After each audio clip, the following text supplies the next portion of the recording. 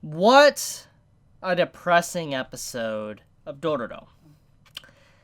Haya had to experience something, I think, that was far worse than almost anything he has experienced prior to this episode. I mean, Mio is quite up there on what happened to him with her, and how he was really growing fond of her, and then what happened to her, it was too quick. Like, he should have had more time with her. She should never have been killed like she was. But what happened to him in this episode is just truly cruel. No individual should have to experience what he did. It wasn't just the fact that Daigo disowned him. It was the fact that his brother disowned him. But also his mother as well. She basically was like, I pray to the demons to at least accept some of my blood as well, for, my son won't have to do it alone.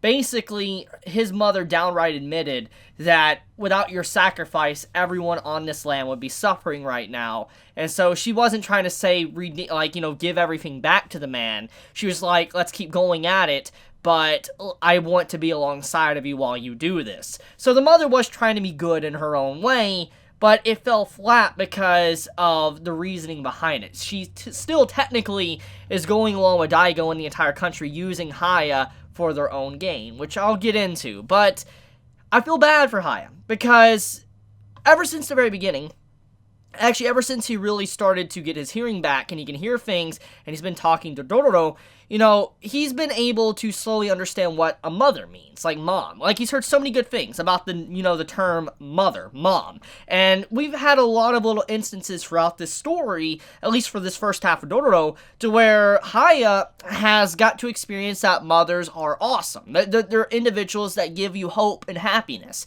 And Haya learned that he actually had a mother. And soon as Dororo said something about it, Haya had a smile, which is something that you don't really see often. You don't even see it all in this series. It's, I think, one of the first times we've really ever seen him truly smile, and he was happy to know that he actually probably had a mother. And we all thought before this episode that his mother would be there for thick and thin and actually want to give him back everything he lost. And so that moment, that realization, to when his mother basically sacrifices herself, disowns her very faith to what she believed in, like the goddess of mercy, and is like, I'll suffer with you. That was a big move, and it just, you gotta imagine, from his perspective, that has to hurt. That really has to hurt. And I mean, he probably doesn't fully comprehend everything of what's being said, because remember, this is new to him. All this stuff that's happening to him is relatively new. He hasn't really got to live his life for a very long time, like especially with senses, because he just recently learned really how to talk, what hearing is, what taste is. He's recently got to learn these different feelings and sensations, so everything is really raw and brand new to him. And so at this point, he probably doesn't truly comprehend every single little detail, but as time passes, he will comprehend and understand what happened here, which makes it just a hell of a lot sadder. Now, let's look at what actually happened within this episode, at least with the mother.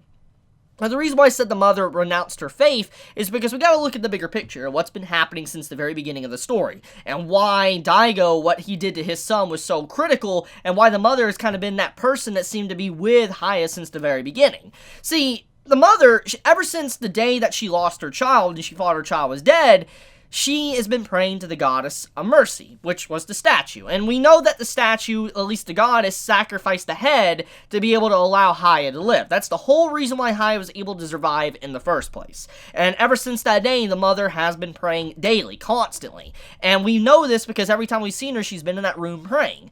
And this reflects that she's constantly thinking about that. She's constantly trying to repent.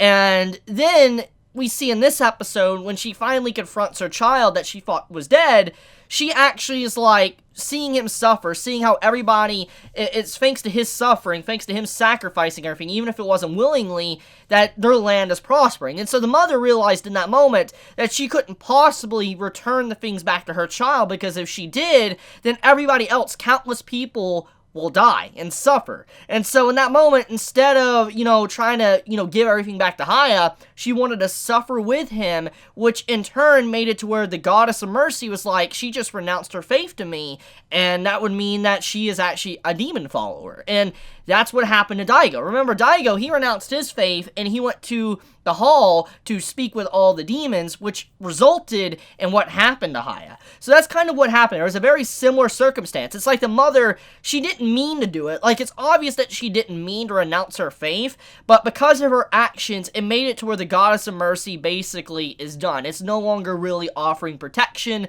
because of what she did. Her actions, the goddess of mercy is gone. Its protection has faded, which you see at the end of the episode. So I feel bad in a way. And the mother was trying to be good in her own way because she realized she was in a difficult spot. Like, she was in a really difficult spot because she doesn't want to see her child suffer, but at the same time, she realizes that if she gives everything back to her child, everyone else, the entire country, will suffer. And that's what made it so hard for her, and so she wanted to suffer alongside of her child. So, yeah, it's just a very complicated situation, and I feel bad. In a lot of ways, I feel bad for the mother because she was kind of forced into that thanks to Daigo's decision. Now, let's look at the brother. Now, the brother, I really cannot put him down or feel bad. Like, I can't say he's an awful person because what the brother is doing is logical.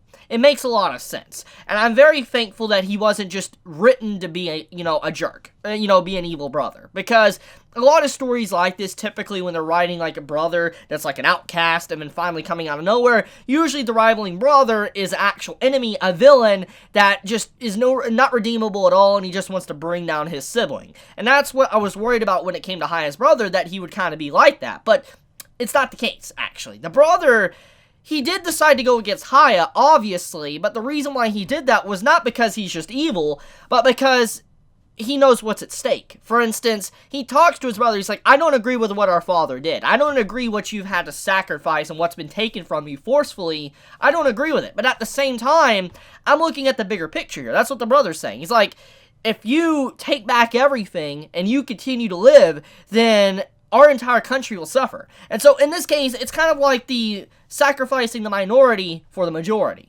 And this has been a common theme that a lot of stories use. It's not something brand new. It's constantly brought up all the time in pieces of literature, and even though it's constantly used, it doesn't mean it's bad by any means, because it's very relevant. It's something that, to this very day is very relevant, and many constantly contemplate what is really the right move. And there really isn't no right move at the end of the day, because, at the end of the day, when you really look at the circumstances of this, you feel bad for Haya because he's our title character, but then you gotta look at everything else that's going on behind the scenes. Like, let's just disregard Daigo, the mother, and the brother for a second, okay? Let's just completely disregard those characters, okay? And let's look at a deeper meaning behind the scenes. Thanks to Haya's sacrifice, even though it was forcefully, the land has prospered, which means that because of the land prospering, women and children have gotten to live, and new life has been born in this country. And because of that, Haya's sacrifices allow many to be born and be alive to this day. But if Haya didn't sacrifice everything, then they probably wouldn't be alive to this day. A lot of children that are alive in this country wouldn't be there. And so that's the big point here, is that if Haya takes back everything that was, taken from him, technically he's sentencing the entire country to death. Now, this doesn't mean that Haya should suffer, because once again, he had no choice in the matter. He was forcibly put in this position. And at the end of the day, it is Daigo's fault for this. He's still a monster for even doing this to his child.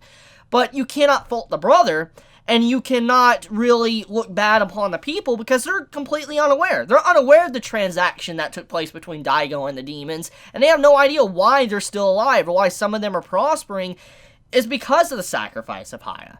So, you gotta imagine here. Do you sacrifice Haya for the sake of the majority? Or do you sacrifice the majority for a lone boy that's already lost everything? It's kind of like this. It puts in perspective. Haya's already lost everything, obviously. So because he's already lost everything, instead of forcing suffering onto others that never experienced it, should Haya continue to suffer for the sake of others that never should have to suffer that way? And so it's kind of like a balancing. Like it's a scale. Like, does Haya deserve this? Does he not? And it's not just that either.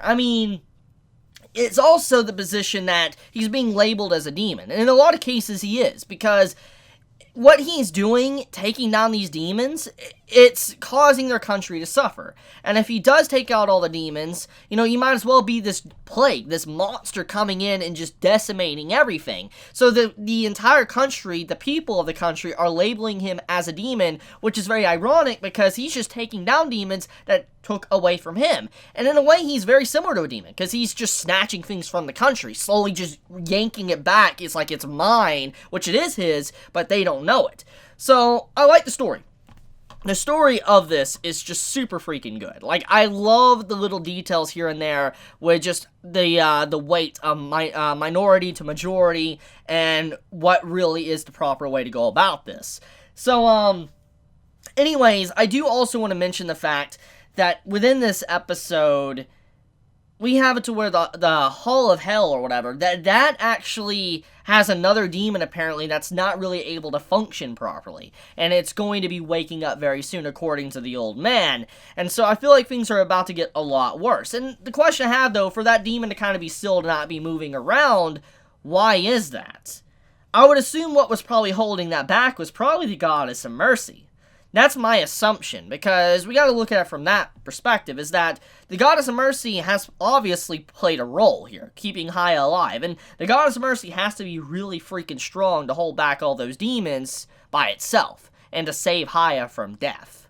So, to last this long and to help Haya out for that long, I wonder if the Goddess of Mercy was what was holding back the other demon from really doing anything in the country. Now that the Goddess of Mercy is gone, there probably is going to be a lot of problems that are going to pop up. Maybe the country might get a lot worse now because of the Goddess of Mercy's influence being tarnished and disappearing from the land. But I think that's about it. I think I want to end this video here. It's a great, great episode.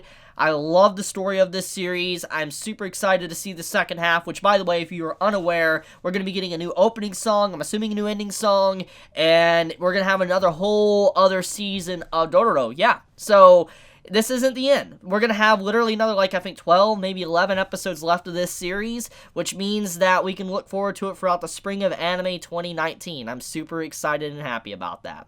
But okay, I love you guys. You have a wonderful day or night wherever you live. If you enjoy my content, you know, please subscribe. If you like this video, please leave a like. And if you want to get notified for whenever I upload a video, please click the bell icon down below. And with that, Chibi out.